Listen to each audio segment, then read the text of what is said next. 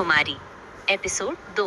प्यारे बच्चों, पत्थर की राजकुमारी कहानी के पहले भाग में आपने देखा कि किस तरह से चारों दोस्त मानव, राहुल, वरुण और कबीर एक जादुई किताब को खोलने के बाद एक ऐसे शहर में आ जाते हैं जहाँ के राजा उन्हें अपनी बेटी वर्षा के बारे में बताते हैं जो पत्थर की बन चुकी थी।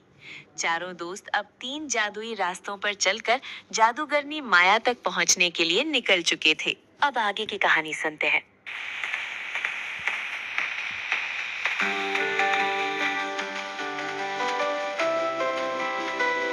चलते चलते चारों दोस्त एक ऐसी जगह पर आकर रुक गए जहां से कहां आगे बढ़ना है, इसी पर वो सोच रहे थे।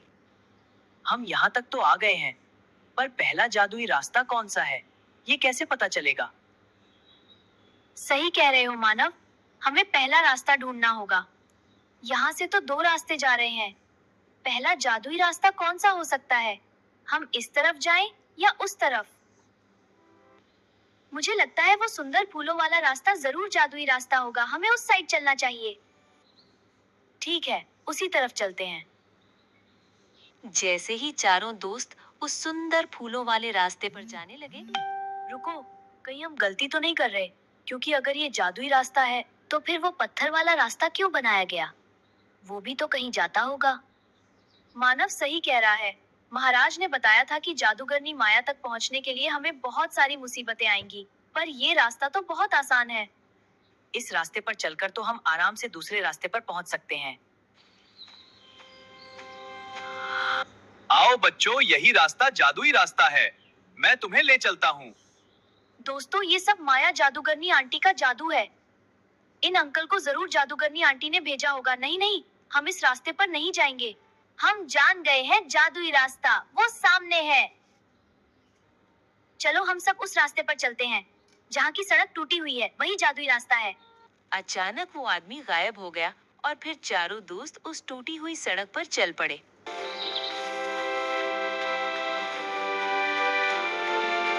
आज तो हम बच गए, वरना हम सुंदर सड़क देखकर गलत रास्ते पर चले जाते। अब हमें बहुत ध्यान से चलना होगा। अभी तो ये पहला जादुई रास्ता था। हमें इस रास्ते को पार करने के बाद अभी 2 और जादुई रास्ते पार करने हैं। हाँ, तुम सही कह रहे हो।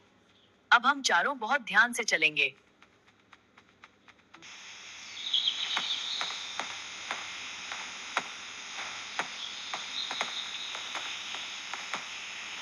धीरे धीरे करके सब आगे बढ़ रहे थे। तभी उन्हें किसी के चिल्लाने की आवाज आती है। बचाओ बचाओ! आवाज उस तरफ से आ रही है। लगता है किसी को हमारी मदद की जरूरत है। पहले रास्ते पर, पहले मदद के लिए तैयार हो जाओ दोस्तों।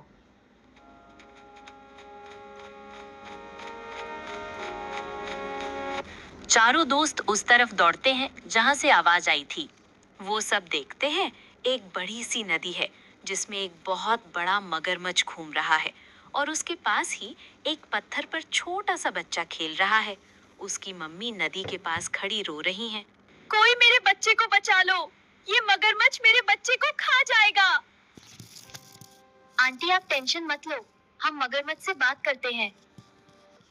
मगरमच्छ भैया, आप उनके बेटे को छोड़ दो, हम तुम्हें कुछ फल देते हैं, तुम वो खा लो।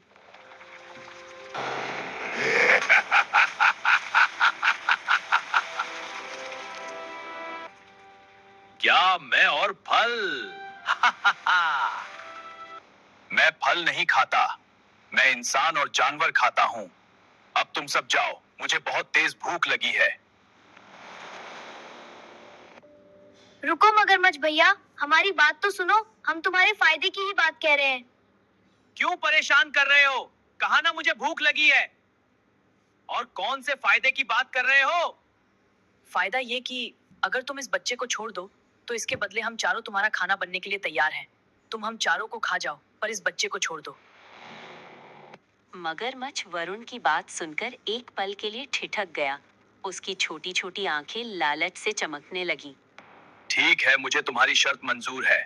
मैं इस बच्चे को छोड़ देता हूँ, लेकिन याद रखना, जैसे ही ये बच्चा अपनी माँ के पास पहुंचेगा, तुम चारों को एक एक करके पानी में आना होगा। हम वादा करते हैं, हम भागेंगे नहीं। पहले बच्चे को सुरक्षित किनारे पर आने दो। मगरमच्छ धीरे से हट गया। माँ ने अपने बच्चे को उठाया और सुरक्षित जगह पर चली गई। अब चारों दोस्त नदी के किनारे खड़े थे।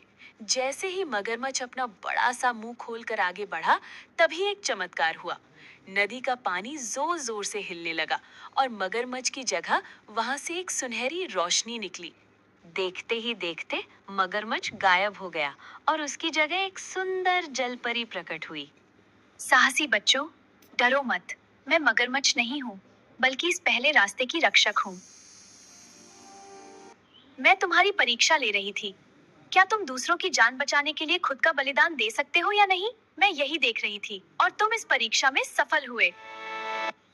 तो क्या वो बच्चा और उसकी माँ भी जादू का हिस्सा थे? हाँ, ये सब मेरा ही जादू था। तुमने साबित कर दिया कि तुम्हारे दिल पत्थर के नहीं, बल्कि सोने के हैं। तुम जैसे बहादुर बच्चे ही राजकुमारी वर्षा को बचा सकते हैं।